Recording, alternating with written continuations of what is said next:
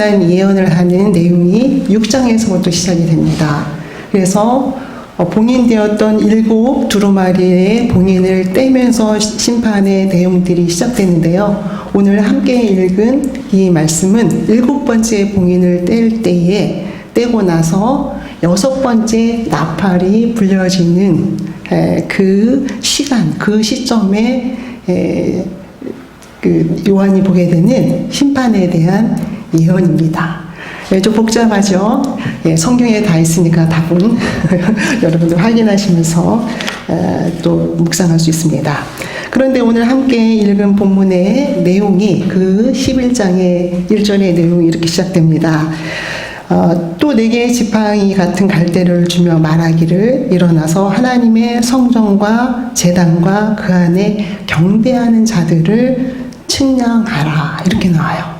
그런데 성전 안에 예배하는 하나님의 성전과 또 제단과 그 안에서 경배하는 자들을 측량하라. 이 말씀의 의미는 여기서 시작되는 측량이라는 단어는 측량이라는 단어도 되고 청량이라고도 되어 있고 헬라어로는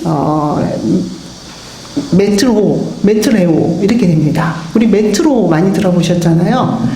메센 이런 얘기도 들어봤고, 그래서 측량이라는 말은 측량이라는 단어를 쓸 수도 있고 청량이라고도 쓸 수 있고 또 어떤 자로 어떤 길이나 또 높이나 양을 잰다고도 볼 수 있겠죠. 그런데 이게 지금 1절에서 말하는 것처럼 성전이나 제단이나 또 성소에서 하나님께 예배하는 자들을 청량하라는 의미는 어떤 의미를 말하냐면 그들을 보호하라는, 그들을 돌보라는 의미예요. 그러니까 하나님의 성전에서 예배하는 자들을 돌봐야 된다는, 돌보라는 그런 의미로 우리는 이해를 할 수가 있습니다. 그런데 그렇게 성전 안에 있는 자들을 경배하는 자들을 측량하되 이렇게 되어 있는데 2절에 이어지는 내용을 보니까 이렇게 되어 있습니다.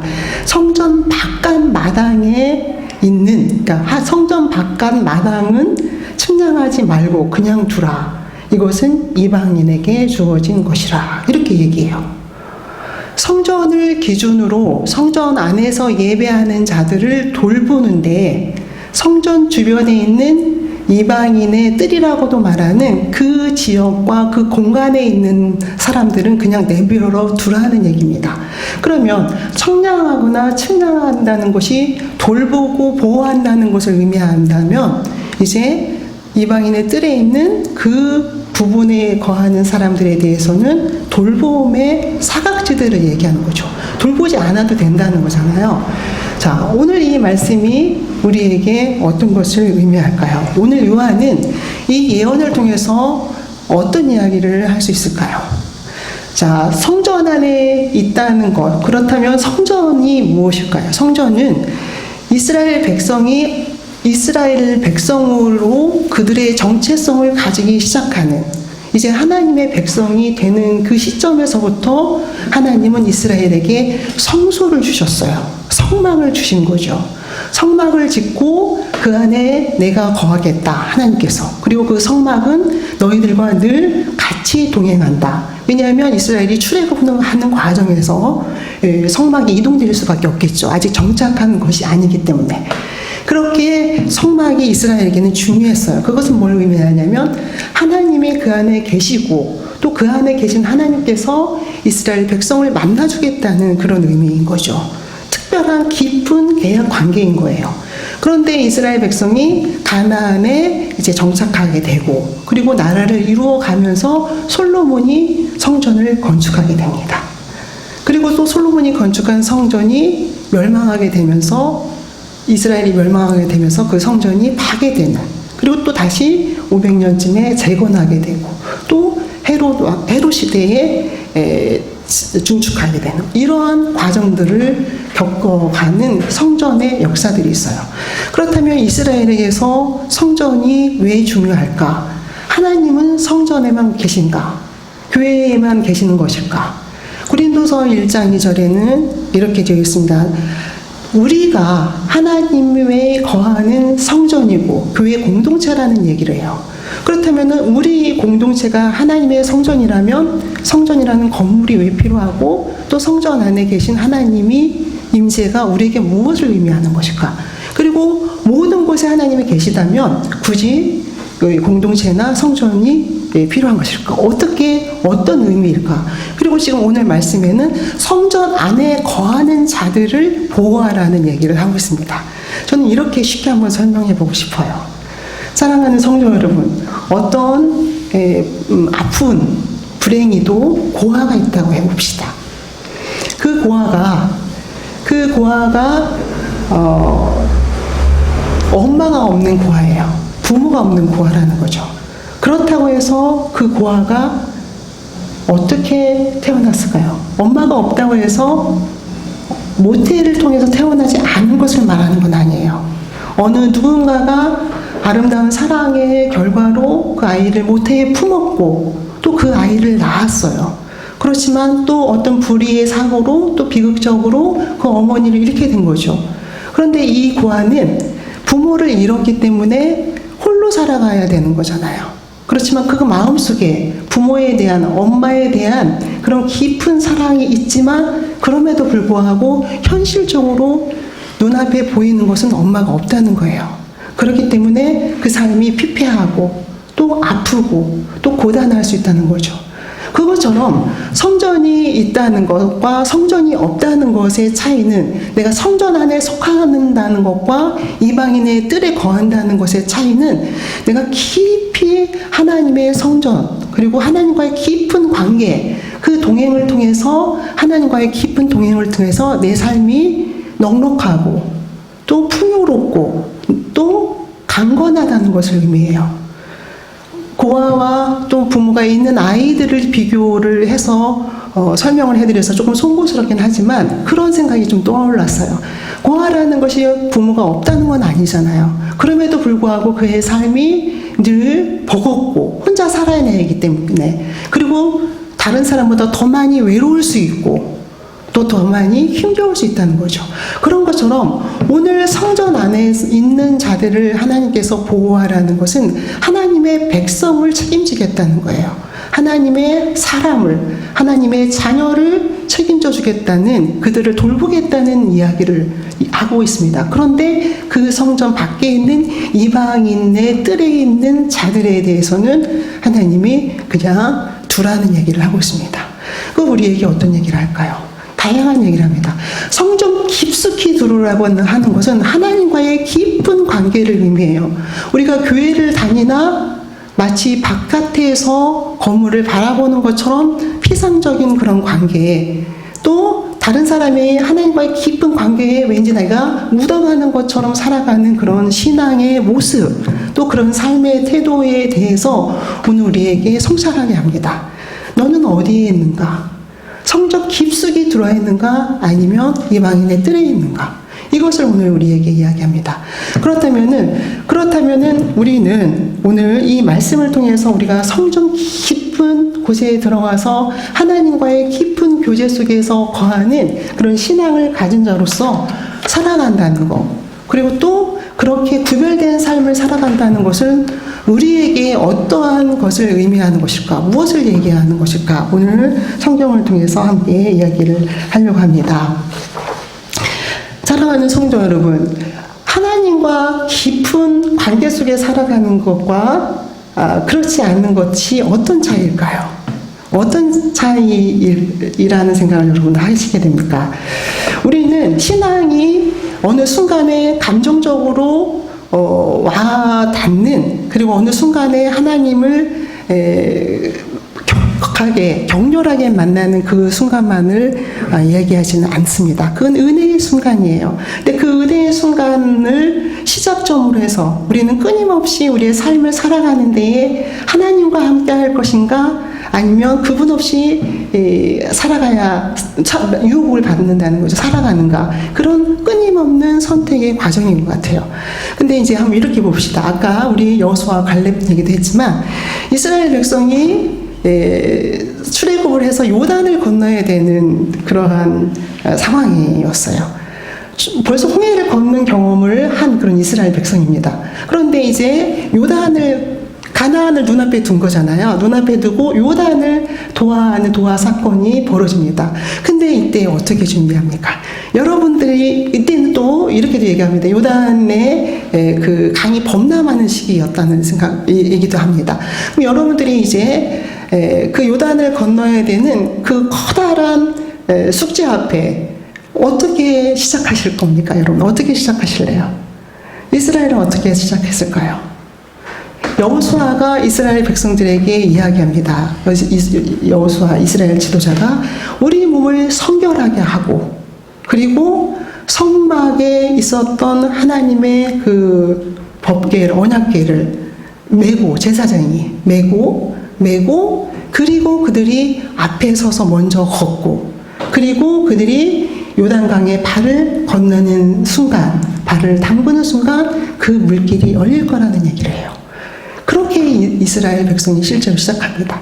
그들이, 이스라엘 제사장들이 그 법궤를 메고, 언약궤를 메고 먼저 앞장을 섰다는 것은 굉장히 상징적인 의미예요. 그냥 보기에, 그냥 관찰하기에는 또 어떤 다른 얘기를 할 수 있겠지만 이것은 어떤 것을 의미합니까? 우리가 이 어렵고 힘겨운 숙제 앞에 이거를 한번 우리 백성이 우리가 하나님의 백성된 우리는 하나님과 함께 이 문제를, 이 숙제를 풀어가겠다라는 생각이에요. 물론 이제 과학적이고 뭐 이성적이고 합리적인 것들을 선택할 수도 있겠지만 그게 그런 또 눈으로 볼 때에는 어떤 의미에서는 터무니없이 보일 수 있지만 이스라엘은 그걸 선택했다는 거예요. 여러분 그런 선택하십니까? 삶의 순간순간마다 신앙하지 않는 사람이 볼 때에는 터무니없는 판단이고 터무니없는 결정처럼 보일지라도 우리에게 요구하는 하나님의 요구는 그것이라는 거예요. 성전 안에 거한다는 것은 하나님과 동행하는 삶을 의미하고 신앙 따로 우리의 이성적인 합리적인 생각 따로 우리의 결정 따로 이게 아니라 우리의 결정을 하기 이전에 우리는 늘 그분의 성소를, 그분의 성막에서 그분께서 우리를 향해서 어떤 얘기를 하는가를 들을 수 있어야 된다는 거죠. 그렇지 않고서는 신앙하는 자와 신앙하지 않는 자의 차이가 무엇일까요? 그리고 또 이 말세와 같은 이 험악한 세상에서 우리를 신앙으로 지켜내고 삶으로 지켜내고 또 하나님의 돌봄을 받는다는 것은 무엇을 말하겠어요? 오늘 성전은 우리에게 이야기합니다. 깊이 성전 안으로 들어오고 성령 중심의 생활을 하고 그것은 바로 하나님 중심의 생활을 하라는 거죠. 하나님의 뜻에 따라 살아가는 그리고 그분의 결정과 그분의 계획이 무엇인지를 먼저 물을 수 있는 그런 삶으로 살아가라는 거죠. 우리에게 기적이 일어나지 않는다면 우리 삶 속에 기적이 너무 더디 온다면 거기에는 분명한 이유가 있을 것입니다. 아마도 그것은 우리가 하나님의 언약궤를 먼저 요단을 건너가야 되는 상황에 먼저 나아가도록 하지 않고 우리가 그걸 뒤로 미루고 혹은 그것을 눈여겨보지도 않고 우리가 너무 먼저 앞서 나가기 때문에 요단이 열리지 않는다는 것, 요단강을 건널 수 없다는 것을 여러분들이 우리가 오늘 말씀을 통해서 생각할 수 있어야 합니다. 그리고 그렇게 신앙적인 성찰이 있어야 된다는 것을 오늘 성경은 말하고 있습니다. 그 성찰에서 시작해서 실제로 우리가 언약궤를 먼저 앞세울 수 있는 그런 신앙의 결단과 삶으로 나가야 된다는 것을 오늘 말씀은 이야기하고 있습니다. 그렇습니다. 여러분들은 지금 어디에 있습니까? 성전 안에서 경배하는 자들로 서 있나요? 아니면 이방인의 뜰에 있나요? 우리가 깊이 묵상하고 우리의 삶이 늘 성전 안에 거할 수 있는 그런 삶이 될 수 있도록 우리는 늘 우리를 신앙으로 또 말씀으로 지킬 수 있어야 합니다. 그리고 또 이어서 1절, 2절에 이어서 내용을 보니까 성전 밖에 있는 그 이방인들에 대해서 그들이 42달 동안 고통을 당한다는 이야기를 하고 있어요. 42달이라는 내용이 되어 있고 그리고 3절에 이어서 보니까 내가 나의 두 증인에게 권세를 주리니 그들이 굵은 베옷을 입고 1260일을 예언하리라 이렇게 되어 있습니다. 근데 42달이라는 내용과 그리고 1260일이라는 그 셈이 동일해요. 날짜로 표현한 것이고 그리고 달로 표현한 거예요. 그리고 또 이와 같은 동일한 내용이 다니엘서에 있는데 다니엘서는 3년 반이라는 내용을 씁니다. 그래서 어떠한 기간 동안 고통의 기간에 대해서 여기에서 지금 예지하고 있는 것을 보게 돼요. 그러면 이 그 고통의 기간 또 어려움의 기간에 대해서 우리는 어떻게 이해할 수 있을까? 요한이 이렇게 계시록을 쓰게 된 그 시기에 정치적이고 또 종교적인 상황을 이해해야 합니다. 이스라엘 백성들이 이제 기원전 330년 정도의 그 시기에 굉장히 종교적으로 피폐한 그때까지 식민지입니까? 그때까지 굉장히 피폐한 그러한 삶을 살아가고 그 이스라엘 땅에 또 이스라엘 국민에게 거듭해서 정치적으로 새로운 세력들이 나타나게 돼요. 그래서 물론 이제 바벨론에게 망하고 또 페르시아에게 또 알렉산더에게 또 알렉산더의 또 친구들에게 이렇게 계속 주권을 상실하고 그들의 어떤 정치적이고 종교적인 정책에 따라서 이스라엘이 종교적으로 짓밟히고 또 경제적으로 정치적으로도 피폐해지는 그런 삶을 경험하고 그 종교적이고 정치적인 기간을 산정하는 그 숫자라고 우리는 이해하면 됩니다. 그래서 실제로 이스라엘의 그리고 이스라엘 주변의 그 고대 근동의 정치 역사 속에서 이런 날짜와 또 인물들을 산정할 수 있어요. 그러니까 그 기간 동안 1260일 동안 혹은 42달 동안 이스라엘의 성전 밖에 이방인의 뜰에 대해서 이야기를 하고 있습니다. 그런데 여기에 어떤 내용이 나오냐면 두 증인에 대해서 이야기를 합니다. 두 증인이 굵은 베옷을 입고 1260일 동안 예언한다는 얘기를 해요. 그러면 거기서 말하는 두 증인에 대해서 우리는 어떻게 이야기할 수 있을까? 이때 이스라엘의 실제적인 그런 종교적이고 정치적인 지도자가 있었어요. 그래서 종교적인 지도자가 늘 하나 있었고 정치적인 지도자가 있었던 거죠. 그래서 그 정치적이고 종교적인 지도자를 이야기합니다. 근데 그들이 이 기간 동안 예언한다는 것을 얘기하고 있어요. 예언이 무엇일까요? 예언은 지금 앞으로 일어나게 될 일에 대한 추측하는 것을 의미하지 않습니다. 그건 협의의 의미예요. 아주 작은 의미예요. 큰 의미는 하나님의 말씀을 하나님의 사람이 하나님의 백성에게 말하는 것을 의미합니다. 하나님의 뜻을 전하는 것을 예언이라고 얘기해요. 그러면 우리는 성경 깊숙이 하나님과의 관계성 속에서 들어와서 우리의 신앙을 지켜나가지만 그 관계가 오늘 한순간으로 끝나는 것은 아니잖아요. 우리의 삶은 지속적이고 계속해서 우리는 살아나가야 되고 또 밖에는 너무나도 험악한 많은 사건들이 우리를 기다리고 있고 우리를 넘어뜨리려고 한다는 거죠. 그때 우리는 어떤 이야기를 들어야 하는가? 오늘 두 증인이 들려주는 그 예언을 들어야 된다는 거죠. 그래야 우리가 우리를 지킬 수 있다는 것을 이야기합니다. 사랑하는 성도 여러분, 열심을 내십시오. 부지런히 하나님의 말씀을 듣고 또 그분의 뜻이 무엇인지를 되새김하고 또 그분의 뜻과 그분의 예언으로 우리 삶을 재조명하고 또 새롭게 선택하고 그래서 우리가 하나님의 사람으로 살아갈 수 있는 그래서 그분의 돌봄을 받을 수 있는 삶을 살아가야 된다는 얘기를 하고 있습니다. 세상은 그렇게 하나님의 심판이 기다리고 있고 또 우리가 예상치 못한 너무나도 많은 일들이 벌어지고 있다는 거예요. 안전해 보이지 않아요. 두려워요. 그리고 또 굉장히 많은 짐으로 다가옵니다. 그런데 그때 우리는 하나님의 말씀, 하나님의 사람을 통해서 들려주는 그 예언을 들을 수 있어야 해요. 그리고 그 들은 예언으로 우리의 삶을 빛처럼 비춰나갈 수 있는 그래서 우리 삶이 결코 어둠이 아닌 그래서 우리가 발을 헛디디지 않는 그런 신앙의 길을 걸어가야 된다는 것을 이야기하고 있습니다.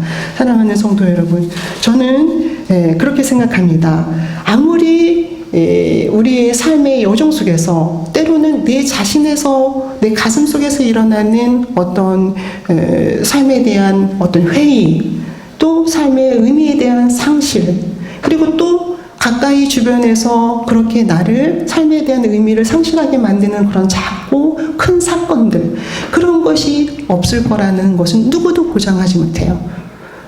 그게 모든 것이 우리의 삶이라고 하나님께서 우리에게 들려줍니다. 근데 그때 성경 깊숙이 들어와서 하나님의 돌봄을 받고 보호를 받으며, 그리고 또 우리가 새롭게 태어나고 또 새롭게 시작할 수 있는 그 하나님의 예언을 들을 수 있는, 그 하나님의 말씀을 듣고 또 새로운 도전을 할 수 있는 것을 이야기합니다.